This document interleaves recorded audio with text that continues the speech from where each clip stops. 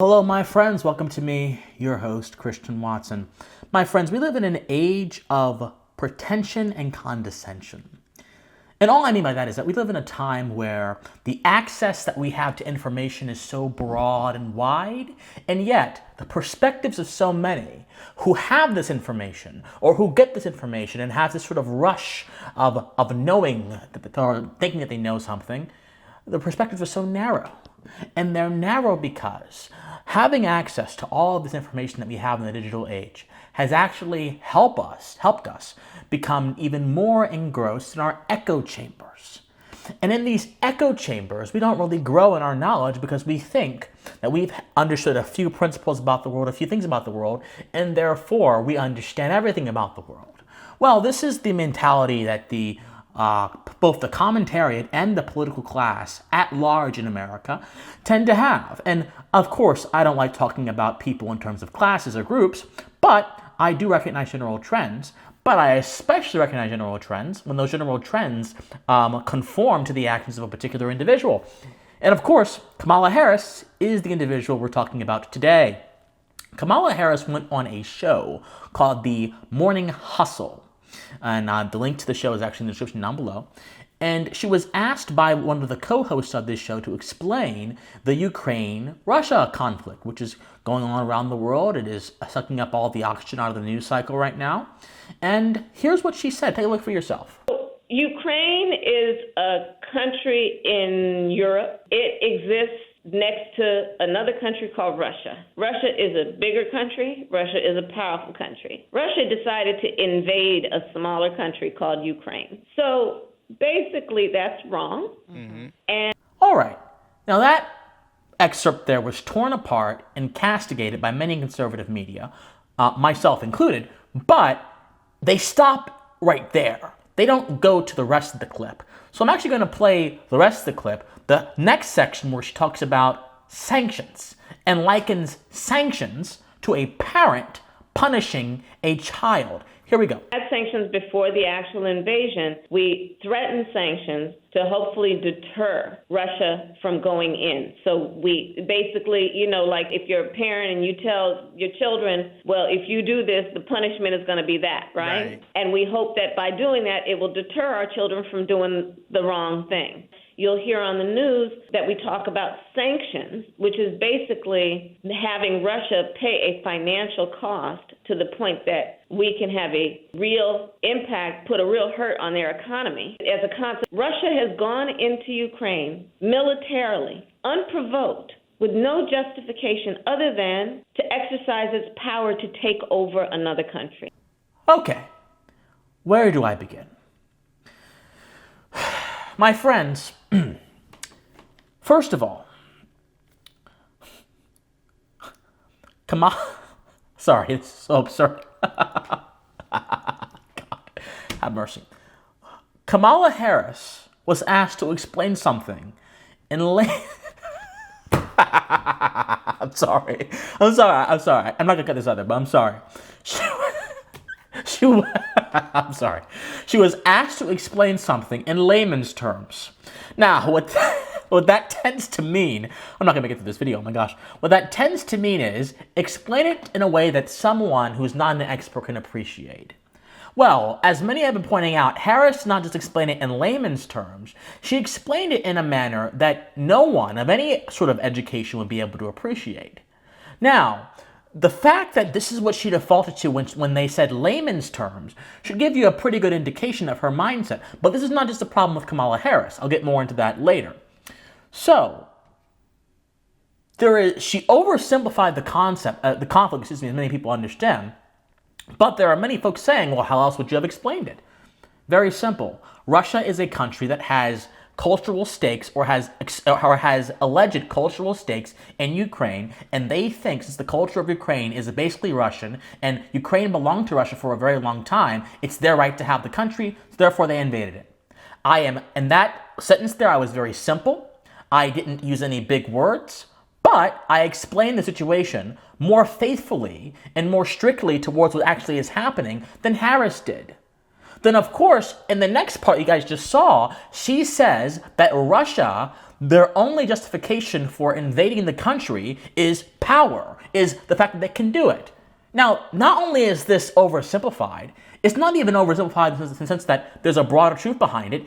It is an utter butchering of the facts of the situation. It is absolutely untrue that Russia's only justification for their actions in the Ukraine has to do with power. You know why? Well, number one, power itself does not mean anything without someone who uses the power. And this is part of the reason why I think when folks say, like a particular event or a particular action by a particular group of people is about power, they're creating a definitional error here. Because power, it means nothing more than when it's applied to. A hammer means nothing more than when it's applied to. A hammer can hit a nail and it can go very good, or a hammer can hit the windshield of a car and break it. But the hammer's application is what makes it significant, not the fact that the hammer exists. Similarly, just because I have power does not mean I'm motivated to do one thing or another. Power is insufficient to explain the Russian-Ukraine situation. The Russia-Ukraine situation goes back decades to the early 90s to even beyond that. In fact, on the February 21st speech that Vladimir Putin made about the situation, he cites several cultural and historical arguments that supposedly justify his invasion of Ukraine. Now, I think that Putin's arguments are bogus for reasons that I explained in a different video, which I'll link in the description down below. I'm not convinced. But there is a rich history of tradition, of political actions, of cultural and historical changes that go back to explain why so many people in Russia and Putin himself feel this way about Ukraine. And to say that it's just about power is not simplification. It's an absolute lie. It's butchering the subject. Butchering the subject for the sake of what? Oh, here's the interesting thing. It would be inconsistent to be mad at Kamala Harris for butchering the nature of facts and for misleading people and treating folks as if they're idiots, and not do the same thing to other politicians, including those that we may like, who have acted in a similar way in their politicking. I'll give you some examples. Here we have Hillary Clinton trying to appeal to black folks. What's something that you always carry with you? Hot sauce. Really? Yeah. Really? Yeah. Are you getting information right now? Hot sauce. Hot sauce in my bag? I've got hot sauce in my bag. Now look, personally, I love hot sauce, but I don't know any other black person that carries hot sauce in their bags. What I do know is that Beyonce, who I don't listen to, made a comment that she has hot sauce in her bag swag, which made maybe Clinton heard that and tried to apply that to the whole of black people, which shows that she views black folks as an abstraction, which simply means as this sort of faceless thing that exists in the mind that you can apply so many figures to. But that's the same thing that people who think stereotypes are right do. Now we have a Mitt Romney here trying to sound more folksy. Morning, y'all. I got something right this morning with a biscuit and some cheesy grits, I'll tell you. When he did that many years ago, I was only a young boy. I was like 12 or 11 when he did that. I thought it was stupid then. And at my age of 21, I think it's stupid now. But my friends, this mentality is obviously wide-ranging. And it is deep-seated in the way politicians and the way journalists communicate to people.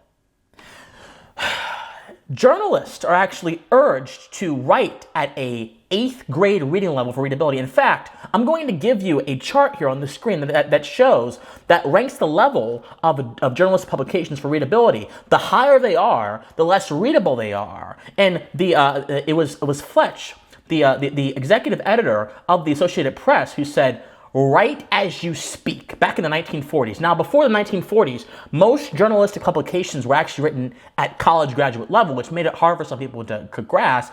But the language of that time was much more sophisticated and much more intelligent than, say, the language of today's time in our TikTok-driven age, where memes and broken sentences are actually fashionable rather than condemnable, as they should be. But so journalists in America are quite literally conditioned with the mindset that they have to write as they talk. Now, when I first became involved in writing for journalistic publications a few years ago, I talk, and I still talk most of the time, using some words that may be unfamiliar to people because that's just how I am. That's just how I understand things. And I had been told by several editors, Christian, one guy, I won't say his name because he may be watching this, but one guy told me, Christian, we don't go to Harvard or Yale. Stop talking like that. So I have found through the sort of presence of these journalistic standards, and in my own experience, I have found that as the news is reported in America and things are communicated to people, to the masses, we assume that the masses cannot comprehend anything beyond an 8th grade reading level, which essentially is middle school, 11-year-olds, 12-year-olds. We assume all of the people in the country, or most of them, have that kind of understanding. Well, I happen to believe the human soul has so much potential to it that even if you push people by introducing concepts or language unfamiliar to them, you can help make them better people. But I don't believe that most Americans are incapable of understanding anything beyond an 8th grade reading level just because some stat or some poll says that seems to be the case. Obviously, different audiences like different things, and it is a fallacy to try to appeal to the masses because no matter what you write, you're not going to appeal to someone. And to say that you're going to appeal to the masses assumes that the masses are the majority of people in the society, and that's not true either. How you appeal to someone in North Dakota is not how you appeal to someone in Boca Raton, Florida, which has some of the highest, wealthiest retirees in the entire country. Obviously, the masses in different areas are going to respond to different things, which reveals another flaw in this reasoning. There is no such thing as the masses. Especially in our digital age, where we are more connected than anything else, people have niches. People have different groups they carve out and that they can communicate to, and not one of those groups speaks the same. It is an old world mindset to say, most people are like this, therefore we must do this. That is not true.